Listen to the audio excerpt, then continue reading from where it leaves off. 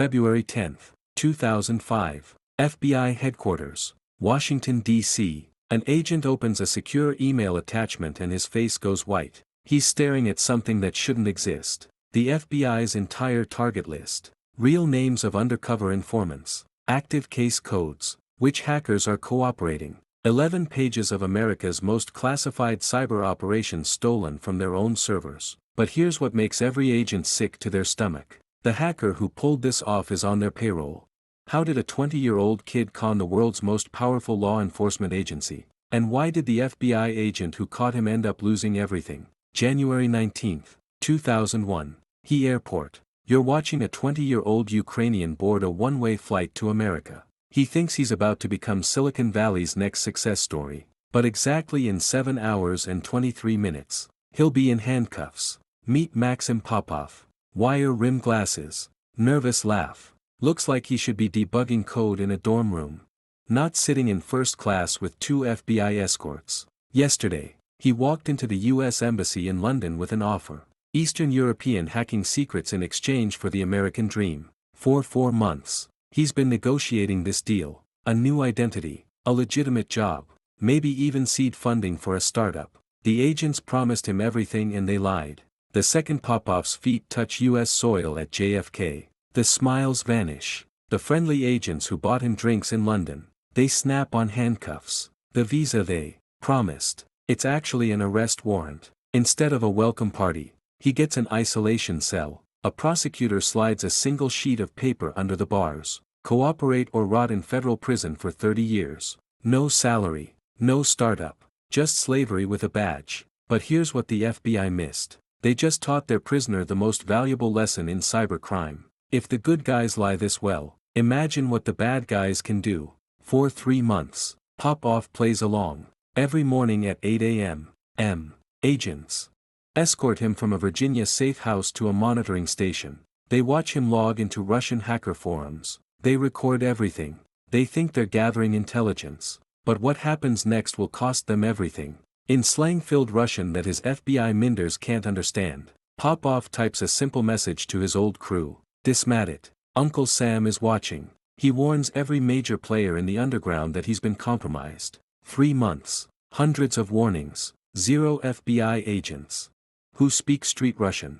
When FBI linguists finally translate the chat logs in April, one agent literally throws a chair across the room. Their star informant has been burning them since day one. They storm the safe house, strip away his privileges, and throw him in county jail. As the cell door slams, Popov doesn't beg. He doesn't plead. He just smiles and delivers those 8 prophetic words. You have no idea what you're dealing with. But 2,400 miles away in Santa Ana, California, one FBI agent sees opportunity where others see disaster. E.J. Hilbert has been tracking Eastern European hackers for 3 years. He knows something his colleagues don't. You can't catch wolves with sheepdogs. You need another wolf. 2 questions haunt him as he books a red-eye to Virginia. Can you really trust a hacker who's already betrayed you once? And what happens when you give a con artist a badge? Summer 2002. Hilbert makes Popov an offer that sounds insane.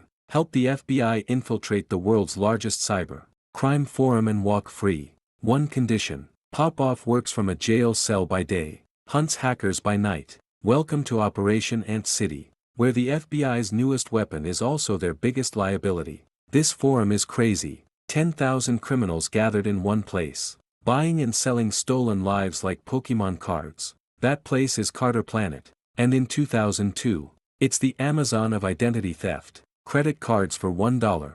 Social security numbers for $5. Entire identities with mothers' maiden names.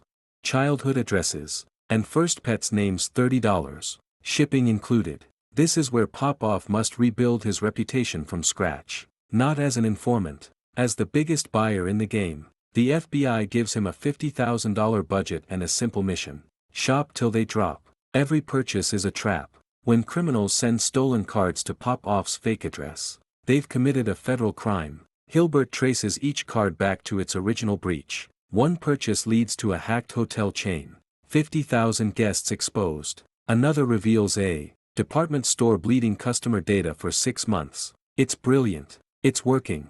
And it's about to get personal. Thanksgiving Day 2002. While you're eating turkey with your family, Popov sits alone in an FBI conference room. No visitors allowed. Officially, he doesn't exist. Hilbert walks in carrying something that makes Popov's eyes water. A full Thanksgiving feast. Turkey, stuffing, cranberry sauce, even pumpkin pie. Then Hilbert does something unprecedented. He wheels in a projector and starts playing The Lord of the Rings. For 3 hours. They don't talk about crime. They don't discuss cases. They just watch hobbits save the world while eating pie. Popov later calls this the moment everything changed. Not because of the food, because for the first time since landing in America, someone treated him like a human being instead of an asset. That night, he makes a decision that will eventually bring down Carter Planet's founder. But first, he needs to catch. Script made one fatal mistake. He included a handwritten note. Hilbert runs the handwriting through international databases and bingo. Script is actually Roman Vega and he lives in Odessa. 6 months later, Ukrainian police knock on his door at 4 a.m. He serves 6 months. A slap on the wrist. But the message ripples through the underground. Nobody is untouchable. By April 2003, Ant City has prevented $70 million in fraud. But here's what success really costs. Can you turn a criminal into a hero without them remembering they're still a criminal? And what happens when the FBI's best weapon decides he's done being a weapon? February 2003. 8 million credit card numbers just got stolen from Data Processing International. That's not a typo. 8 million. If you stacked the printouts, they'd reach the 40th floor of a building. The FBI is panicking. Then Popov gets a message from someone calling themselves Re. I know who has the cards. I can broker the entire database. Interested? Re is 21 years old, lives with his mom in St. Petersburg, and just made the mistake of his life. He thinks he's talking to a fellow criminal. He's actually negotiating with the FBI's secret weapon. But Eris has a point. Why would a small-time buyer suddenly want $200,000 worth of stolen cards? Popov needs to prove he's legitimate. What happens next looks like a scene from a heist movie. Except it's real, and your tax dollars paid for it. Inside a secure vault in a branch of Bank of America in Los Angeles, the FBI has $200,000 in $100 bills. The mission: make Popov look like Tony Soprano. FBI agents stack the cash in neat pyramids while Popov practices his lines in Russian. The camera rolls. Popov grabs a stack, fans it like a poker hand, holds a bill to the light. See the watermarks? This is real American money ready to transfer. He tosses bundles around like they're notebooks. The entire performance lasts 47 seconds. It works perfectly. But Popov wants more than just Reza's cards. He wants his real name. So he invents a company, Hermes Plast, a credit card manufacturing firm that needs security consultants. He builds a website, creates email accounts, even writes fake employee bios. Then he casually mentions to Rez that they're hiring and their starting salary is $70,000. Re practically breaks his keyboard typing up his resume. Full name, address, passport scan. He even includes references. The FBI tech watching this unfold actually laughs out loud. Did this kid just apply for a job at his own sting operation?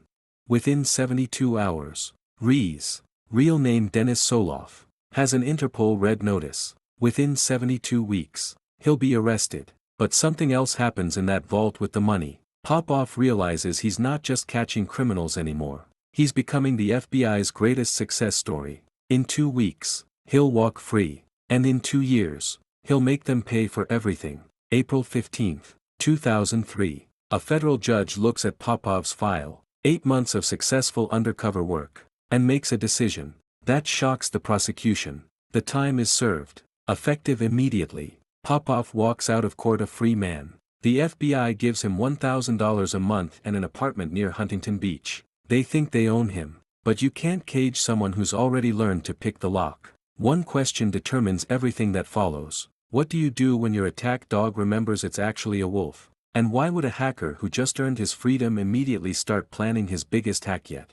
Ghost. Script is what they call him. But his real name and his location are unknown. Only one thing is certain. He co-founded Carter Planet and personally handles the forum's biggest deals. Popov spends 6 weeks building a relationship, pretending to be a Ukrainian middleman with connections to corrupt bank employees. Finally, Script agrees to a test purchase, $400 worth of premium cards. The package arrives at FBI headquarters wrapped in Ukrainian newspaper. Inside 200 credit cards that were stolen just 72 hours earlier. But, New Year's Eve 2004. Hilbert's phone rings at 11:47 p.m. You can hear champagne glasses clinking in the background. Popoff's voice cuts through the celebration. Check your email. The FBI just got hacked. Not a small breach. Not a minor incident. Someone has root access to every email ending in FBI. Gov. Every agent. Every case. And every confidential informant. All of it compromised through something called X25.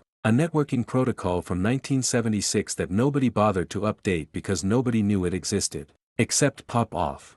And he's offering to fix it for a price. The files Popoff sends make Hilbert's blood freeze. The first one is an 11-page dossier on a mob boss the FBI is building a RICO case against. The seventh is a spreadsheet of every hacker the FBI and Secret Service are hunting, sorted by jurisdiction, with notes like cooperating witness and surveillance authorized. The header on every page screams in bold letters, "Do not transmit over internet." Yet, here it is, pulled straight from FY. Gov email.